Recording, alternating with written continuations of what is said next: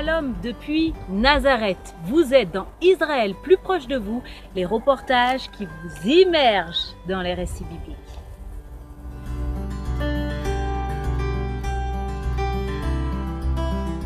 Le premier miracle de Jésus, l'eau changée en vin, qui s'est passé d'ailleurs à quelques pas d'ici, au village de Cana. Ce miracle nous a interpellés. Nous allons nous pencher avec Amer sur l'importance du vin à l'époque de Jésus au 1er siècle.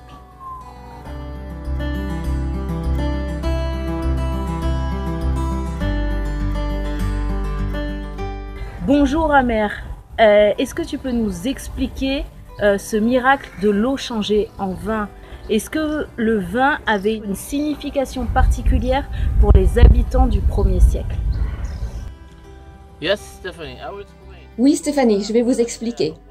Nous sommes ici sur un pressoir à vin du 1er siècle où les gens du temps de Jésus venaient fouler le raisin pour en extraire le jus.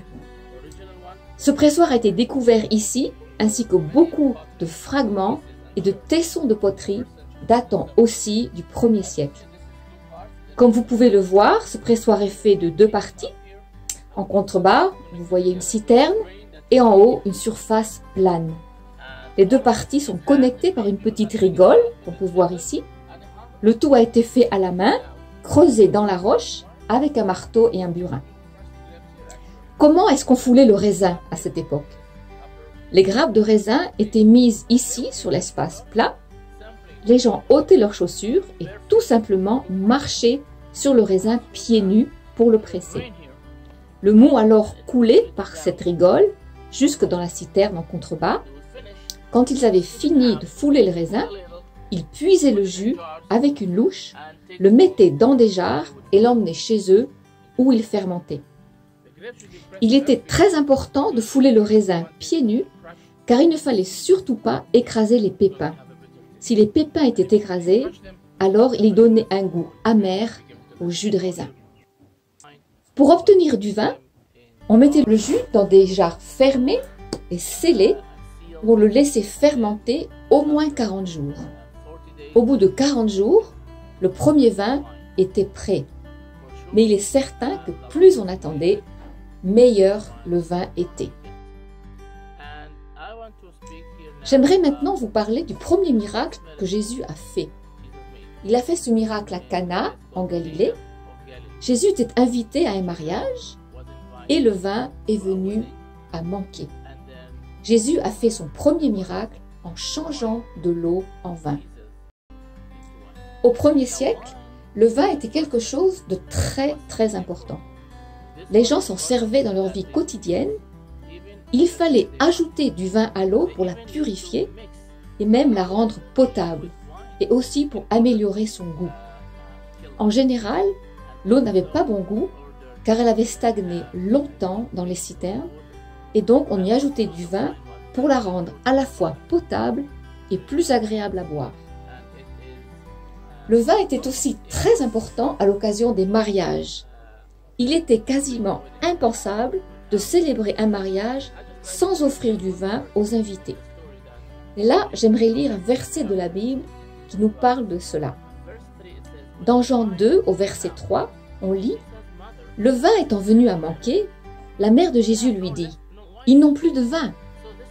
Ce qu'elle dit là, qu'ils n'ont plus de vin, est très important et nous montre à quel point le fait qu'il n'y ait plus de vin est quelque chose de dramatique.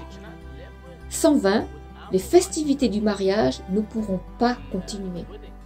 Donc, comme je vous l'ai dit, le vin était très important dans la vie de tous les jours et encore plus pour les mariages. Le vin est aussi un symbole de joie et il était impensable que les invités continuent à se réjouir des noces sans boire de vin.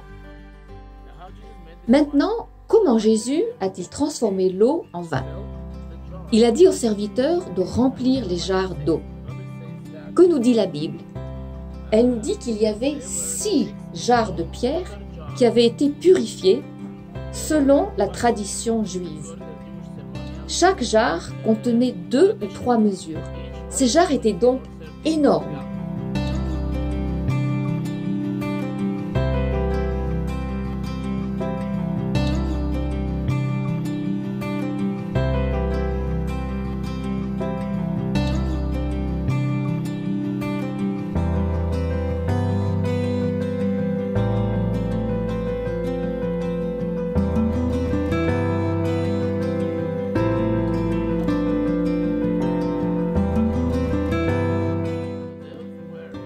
était-elle si grande? C'est bien que c'était nécessaire. Et ça nous confirme qu'il fallait beaucoup de vin et qu'on buvait beaucoup de vin à l'occasion des mariages. C'est pour cela que ces jarres étaient énormes. La Bible dit que ces jarres étaient en pierre. Et ce détail est important, car selon la tradition juive, pour qu'un objet impur puisse être lavé et purifié, il fallait qu'il soit fait de pierre. S'il était en argile, on ne pouvait pas le purifier et il fallait donc le jeter au rebut.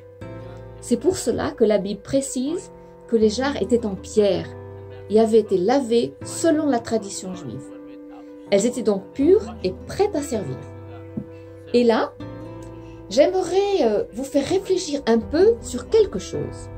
Imaginez que vous êtes un de ces serviteurs auxquels Jésus a demandé de remplir les jarres d'eau.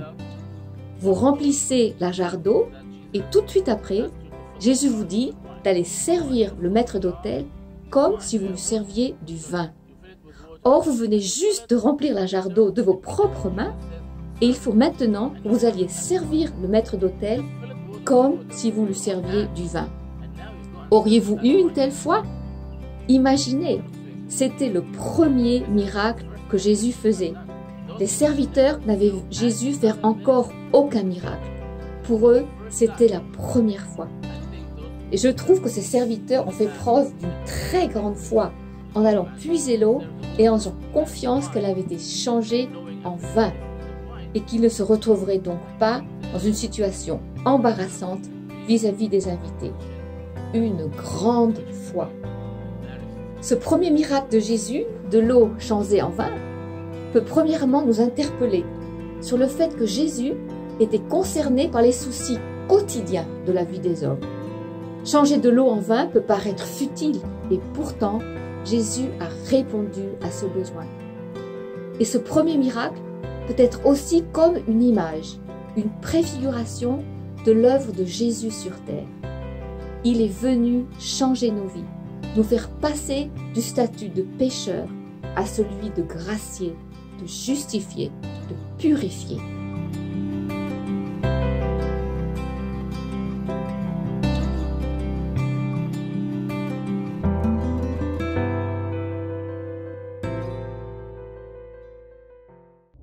On se quitte avec le verset du jour et je vous dis à très bientôt à Jérusalem.